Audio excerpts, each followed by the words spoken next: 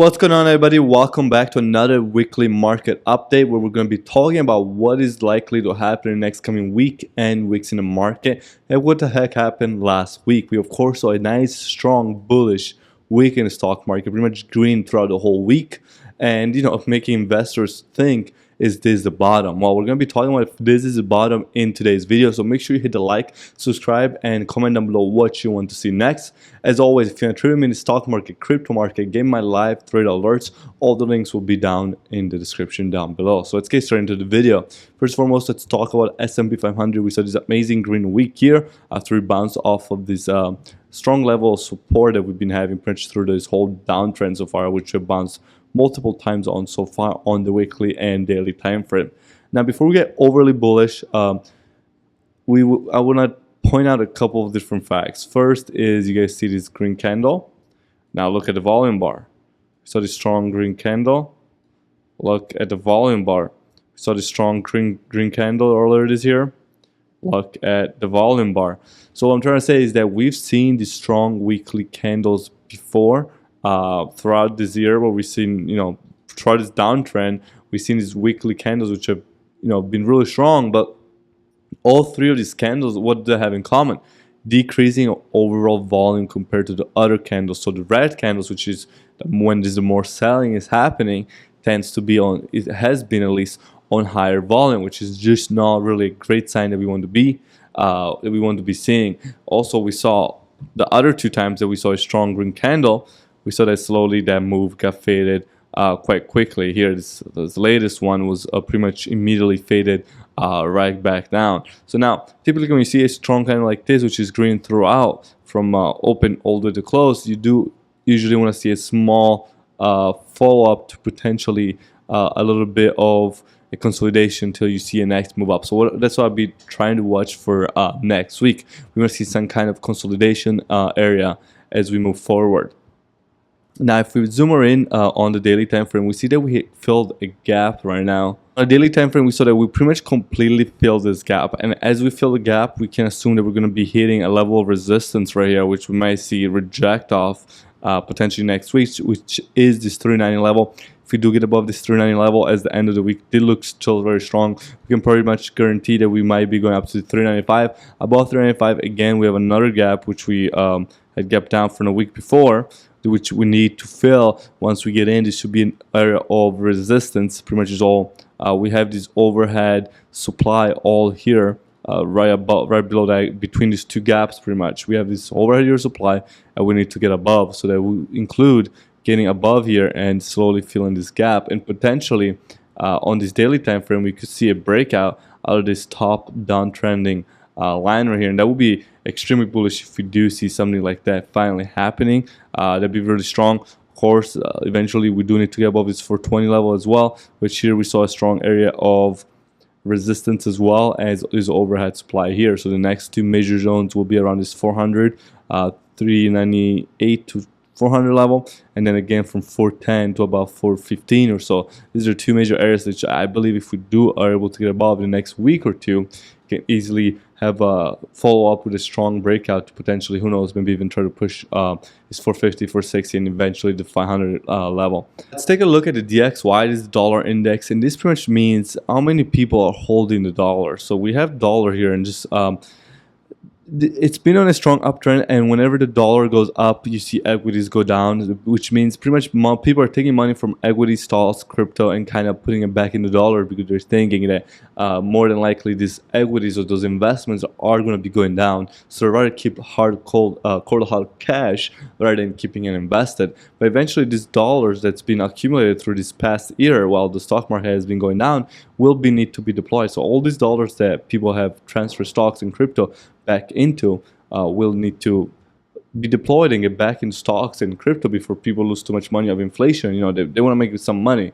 They want to start investing as wealthy individuals. So we had this level here, this 105 level, have a breakout, but it seemed to be a false breakout, which will quickly come back down. We saw this previously around the strong area of resistance on the dollar in 104, which broke right above. And if we zoom out on the weekly time frame, be even better to look at. We saw that on the weekly time frame, it tried to break out above this key level of resistance, which was quickly brought back down, which gave the stock market a nice little rally, where we saw that nice bear market rally earlier in May. Now again, it tried to break out about this level, but quickly got rejected. And if we do look at some of our momentum indicators, like the RSI, we're seeing a negative divergence here. So we did push a new high, but it was on lower strength. So potentially this indicating that we're kind of topping off here, which I've been talking about for the last month or so. That's the main thing I want to see, is this dollar potentially topping off. So we might see this kind of come down and try to maybe potentially push higher and kind of create a head and shoulder pattern to bring it back down and really help equities come back up. So that's the number one thing that I'll probably be watching if we do have a confirmed bottom, is the DXY selling off? And if it is selling off, is it selling off quickly? Now, if we zoom in on the daily time frame, we see that it's kind of be making a tight triangle here, and we know that compression leads to expansion. So this is something key that I'm watching, is we've seen kind of this build up here. It's going to have to expand one way or another, and it could go either way. So definitely be watching and have alerts on either side. And then depending on where this breaks out, and if it is a strong breakout, we could see the stock market quickly go the opposite direction. Next up, I do want to talk about oil, and oil has currently been sitting on is on a strong area of support, and we saw on Friday actually a really strong green candle on the daily time frame for oil.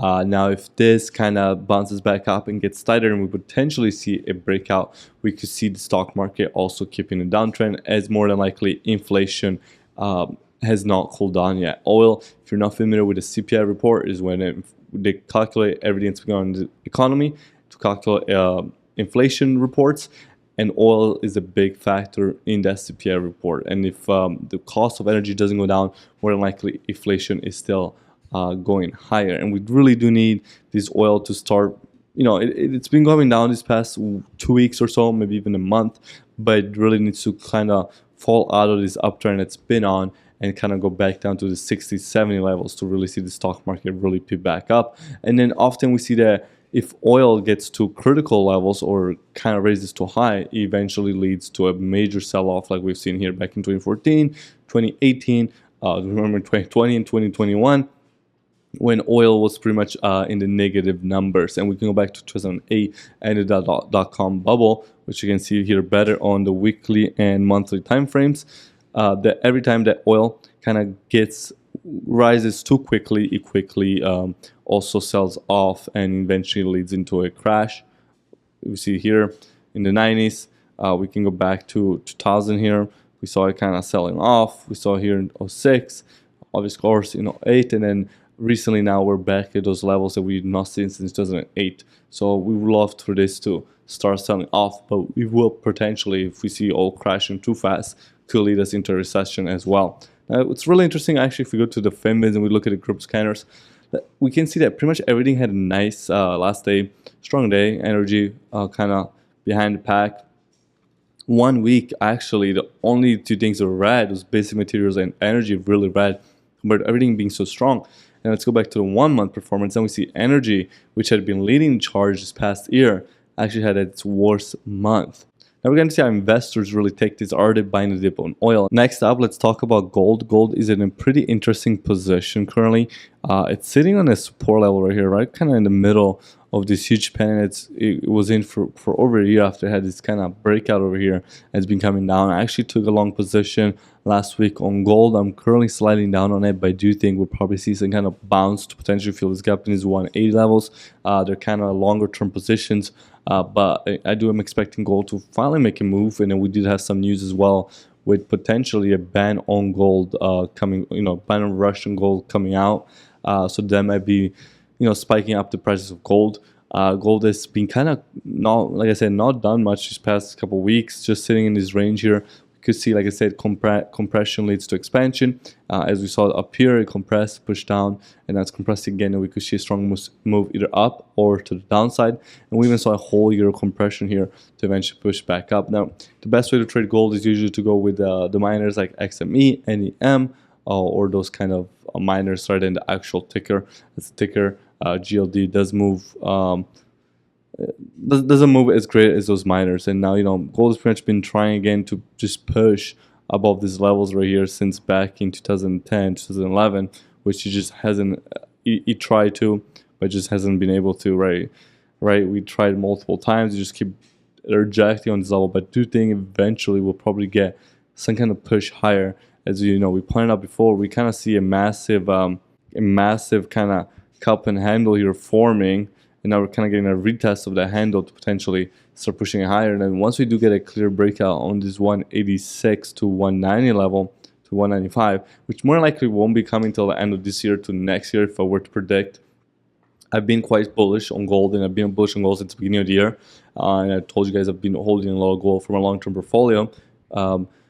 We really do need to get above this major level here, and once we do get above those, who knows where gold could go from here. Now let's talk about the Qs, and it was interesting with the Qs. Actually, this is what I drew on our last weekly market update. And it's quite scary accurate this drawing was, and I told you guys we more than likely will see a new low just to be a head fake, kind of like a pump fake, to then rally it back up, and then we rallied it back up quite fast. We hung out here for a few days, exactly like I explained to you guys on the latest weekly market update. I more than likely thought they were gonna bring this thing back down, and because there was so much overhead, so many people that had their stop losses right below this low here, or 280, and sitting with the S&P 500, the market makers more than likely before the quarter ends, we're gonna run it back down, hit the stop losses, collect all this bull supply here, and then just bring it back up, kind of fake those bears as well to add to positions as we hit new low, stop everybody out, and then rally it back up. And just kind of in a similar situation as S&P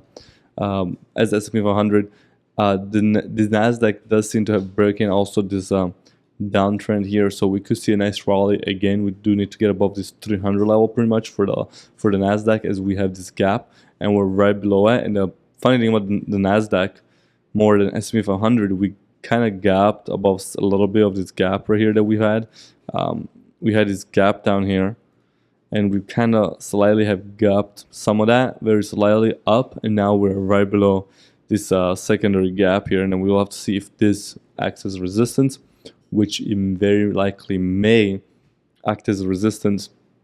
And what I really like to see, if we do get resistance, kind of come back down here to test 285, fill up this rest of the gap, and then start moving into this gap, and then kind of start making a nice uptrend. That's kind of what we see. We want to start seeing a nice uptrend. We just don't want to see a strong move up like this, because quickly that probably just crashed just as hard as we saw here. Those quick moves quickly get broken back down. So I would like to see a retest there to then just build a nice steady uptrend. Now let's talk about the IWM. The IWM been the weakest of all the major indexes, and we finally kind of came back to this COVID highs right here. We've retested, and this was an amazing buying opportunity, which a lot of us did take in fact advantage of. We saw this was a clear level of resistance, and back during COVID and before COVID, we then had gapped right above this level here, and we had this gap to fill. Finally, the IWM was stubborn. You held the support once, but did finally fill this gap, and of course it quickly got bought up and rolled back up. And I do think we do with IWM, if it is able to hold this level to potentially go back to around this 190 level. As we know, IWM is one of our favorite tickers to trade. If you do have a small account and use it easily to trade, it respects its supply and demand zones very nicely, like we saw here.